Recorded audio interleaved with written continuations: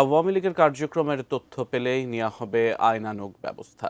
জনগণের সেবা নিশ্চিত করতে তৈরি করা হচ্ছে অ্যাপ টক টু ডিআইজি।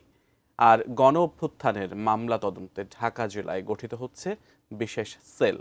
সদ্য দায়িত্ব নিয়ে এমন তথ্যই জানিয়েছেন ঢাকা রেঞ্জের ডিআইজি রেজাউল করিম মল্লিক।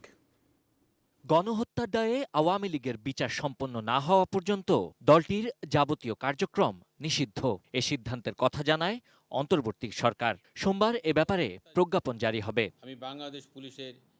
রোববার সেগুনবাগিচায় এক সংবাদ সম্মেলনে ঢাকা রেঞ্জের নবনিযুক্ত ডিআইজি রেজাউল করিম মল্লিক জানান, সংগঠনটির কার্যক্রম নিষিদ্ধ হওয়ায় তাদের বিরুদ্ধে ব্যবস্থা নেওয়া হবে।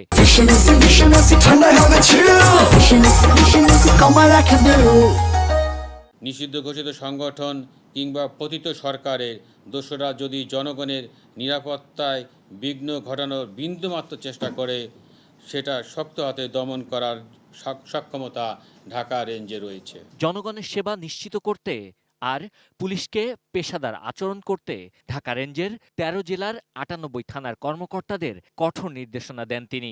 ঢাকা রেঞ্জের কোনো পুলিশ সদস্য যদি কোনো ধরনের অনৈতিক ও অপেশাদার কর্মকাণ্ডের সাথে যুক্ত হয়, তাদেরকে বিন্দুমাত্র ছাড় দেওয়া হবে না। এসপি ওসিরাও যদি কোনো অন্যায় করেন, সরাসরি আমাকে জানাবেন। যদি প্রমাণিত হয়, আমি তাদের বিরুদ্ধে বিভাগীয় ব্যবস্থা নেওয়ার জন্য ঊর্ধ্বতন কর্তৃপক্ষের কাছে আবেদন করব। ঢাকা রেঞ্জের পুলিশের প্রতিটি অফিস হবে জনগণের। কাঙ্ক্ষিত সেবা না পেলে অভিযোগ করতে পারবেন সাধারণ মানুষ। প্রতিটি থানা, ফাঁড়ি, camp, circle office, SP office এবং আমার অফিসেও অভিযোগ বক্স স্থাপন করা হবে। সব থানাকে সিসি ক্যামেরার আওতায় এনে মনিটর করা হবে বলেও জানান মহানগর গোয়েন্দা পুলিশের সদ্য সাবেক এই অতিরিক্ত কমিশনার।